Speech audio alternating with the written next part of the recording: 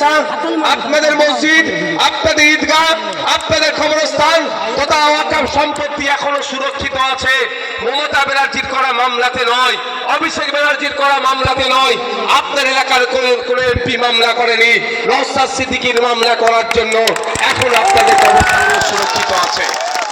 আমি বলছি আমাদের মতো গুটি কয়েক মানুষ মামলা করেছে বলে এখনো আপনার ওয়াকফ সম্পত্তিটা সুরক্ষিত আছে। এখন ইন্টেরিয়াম অর্ডার হয়েছে, আমরা আশা করব ফাইনাল অর্ডারে আমরা আমাদের ওয়াকফ সম্পত্তির অধিকার আমরা ফিরে পাবো। আজকে আমাদের এই অধিকার সভা, ফেক এসটি/এসসি সার্টিফিকেট বাতিলের সভা। আপনারা শুনলে অবাক হবেন যে পশ্চিম বাংলায় 1 কোটি আদিবাসী নয়, 2011 সেন্সাস অনুযায়ী পশ্চিম বাংলায় 52 লক্ষ আদিবাসী ছিল। 2011 সেন্সাস অনুযায়ী হয়তো এখন বেড়ে খুব বেশি হলে 1 কোটি আদিবাসী হবে, কিন্তু দেখবেন 1.5 কোটি আদিবাসীকে সার্টিফিকেট প্রোভাইড করা হয়েছে বলে রাজ্য সরকার বলছে। তার মানে 50 লক্ষ কম করে নন আদিবাসীদের কোটায় সার্টিফিকেট নিয়ে আদিবাসীদের কোটায় যা ফ্যাসিলিটি আছে তারা ভোগ করছে, প্রকৃত আদিবাসীরা তার অধিকার থেকে বঞ্চিত হচ্ছে।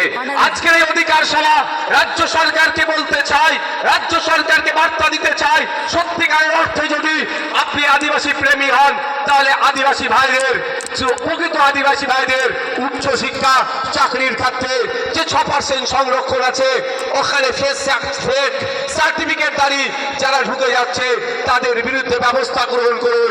প্রকৃত আদিবাসীদের চাকরি শিক্ষাতে সংরক্ষণ যাতে সঠিক পায় তার ব্যবস্থা করুন। গলাটা টেনে নিচ্ছে কেন ভাই, একটু দেখো তো। শুধু তাই নয়, পশ্চিমবাংলা সরকারের 100 জন সরকারি কর্মচারী থাকলে 22 জন আমার দলিত ভাই চাকরি পাবে। উচ্চ শিক্ষায় শিক্ষিত হওয়ার ক্ষেত্রে 22% সংরক্ষণ আছে।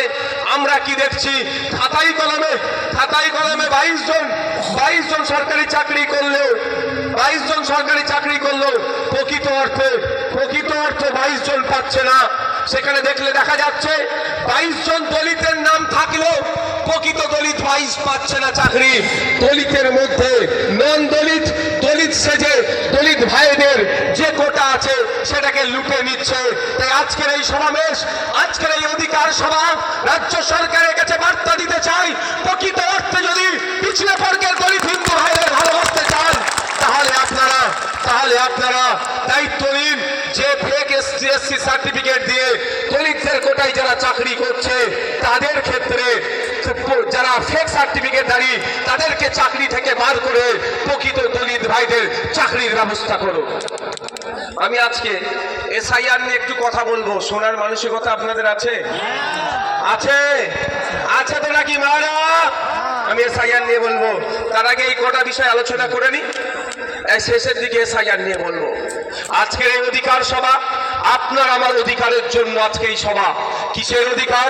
আপনি মুসলমান, আপনার পিছিয়ে বর্গের অনগ্রসর শ্রেণীর মুসলমান। রঙ্গনাথ মিশ্র কমিশন বলেছিল এই মুসলমানদেরকে আপলিমেন্ট করতে গেলে, মূল স্রোতে নিয়ে আসতে গেলে 10% সংরক্ষণ দিতে হবে।